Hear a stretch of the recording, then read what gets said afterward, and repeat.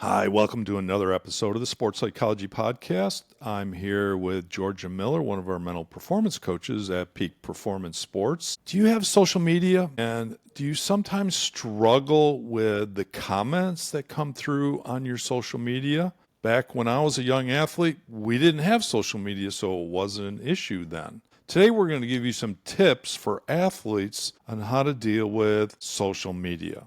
You're listening to the Sports Psychology Podcast. Georgia, this is all new, obviously, in the last 10 years or so, that most athletes are connected and they have social media accounts, but it can become a big challenge for athletes that maybe are slumping or maybe are in the news and something negative happened to them. People can really come at them in their social media, and I think that affects the mindset of some athletes out there.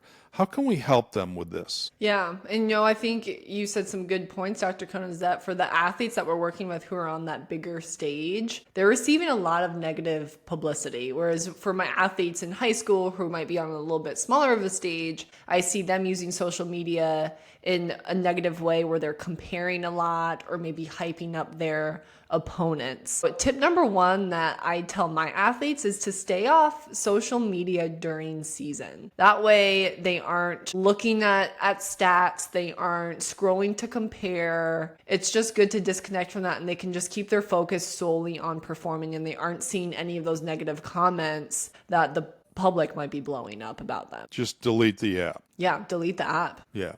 Well, I've seen some athletes say that they like to post videos out there and they don't even look at the comments. I think, isn't there a feature where you can turn off comments as well? Yeah, and those restrictions on the apps, like the timers where you can't see the comments, those are great tools too. So whatever works for the athlete and whatever is healthy for them, then that's great.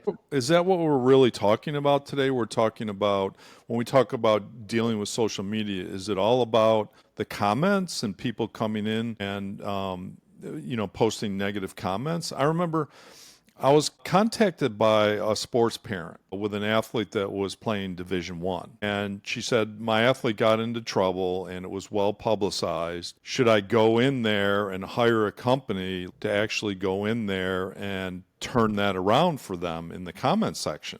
There's companies that do that. So when it comes to social media, is there any other challenges outside of negative comments that athletes get and then it hurting their confidence? Yeah, I've worked with several baseball players and hockey players too, actually, where they'll get so deep in that rabbit hole of scrolling and watching all those shorts and those videos, and they see their opponent's highlight reels. Making comparisons then? Oh, yeah, making comparisons and just hyping their opponent up. And obviously, people aren't posting their failures. They're posting their successes and their great plays. So what's happening is when my athletes are looking at all that, now they're feeling less confident because they're looking at how great their opponent is, and it's psyching them out a little bit and making them feel even more intimidated.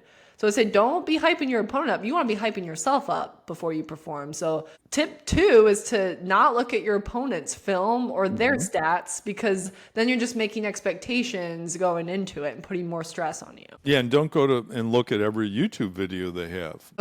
As well. I think that we can include that along with it. What else can we do for athletes in terms of helping them with the whole challenge of social media? I like to ask my athletes, what's your purpose for being on social media? Is it for entertainment? Is it to learn? Is it to inform? What is your purpose? And let's use it for its purpose. If it's to just get on and pass some time, then great. But if you're leaving your social media apps feeling worse or overthinking or losing confidence, then you aren't using it for its purpose. It's not helping you. Social media is supposed to help us stay connected with other people. And if it's not doing that, then you're using it in the wrong way. Yeah, I love that idea of if you get off and you're feeling worse or you're feeling frustrated, that's not helpful. That's like post-game assessment that we talked about. If you're looking at your game and you're only focusing on your mistakes and your missed opportunities and you're frustrated, that's not going to help you going forward and develop confidence from game to game. So it's a little similar to that, but you have the choice of what you focus on when you go on to social media. Are you going to focus on those negative comments and dwell on that? Are you going to focus on making comparisons or being jealous maybe of other athletes that are doing better than you in your sport? We haven't talked too much about that, but I would assume that jealousy is part of it as well. Well, yeah, and going back to my comment earlier, people aren't posting their failures a lot. They're only posting their really good highlights, especially if coaches are looking at their accounts and everything too. And I always tell my athletes that things don't get your attention, you give your attention to things. So make sure you're giving your attention to the things that matter the most. So athletes, delete that app during the season. If you're going to use it, make sure you have that proper intention of why you're using it. And in addition to that, when you come off the app, make sure that it's not causing problems with how you feel about what you saw on the app. Those are some great suggestions. You've been listening to the Sports Psychology Podcast. If you're interested in one-on-one mental coaching, I'm going to have Georgia talk a little bit about our programs and what we offer. Yeah, so our one-on-one program includes 4 sessions at a time. So we'll meet for ideally 1 session a week for about 45 to 60 minutes. And we'll be talking about your game and what went well that week and be giving you some strategies to implement into your daily practices and your games. And we'll be coming back the next week and seeing how you did and adjusting anything that we need to adjust. And for our younger athletes, offer shorter sessions. So these will be 30-minute sessions instead of the longer 45 to 60-minute ones. Yeah, those are the 12 and under. But don't forget, we do the assessments that come with the coaching. We have 2 assessments that come with our coaching. And we also have sports-specific audio and workbook programs that come with the first month of coaching and that we direct athletes on what we want them to do with that. Yeah, those assessments really help us make a more personalized plan for you, and it helps you build some awareness around the things that you need to work on. And then the workbooks, the sport-specific workbooks we have, really just help enhance the things that we're learning in session together. That way you're getting more information than just what we're talking about in session. Great. Thanks for joining us on the Sports Psychology Podcast.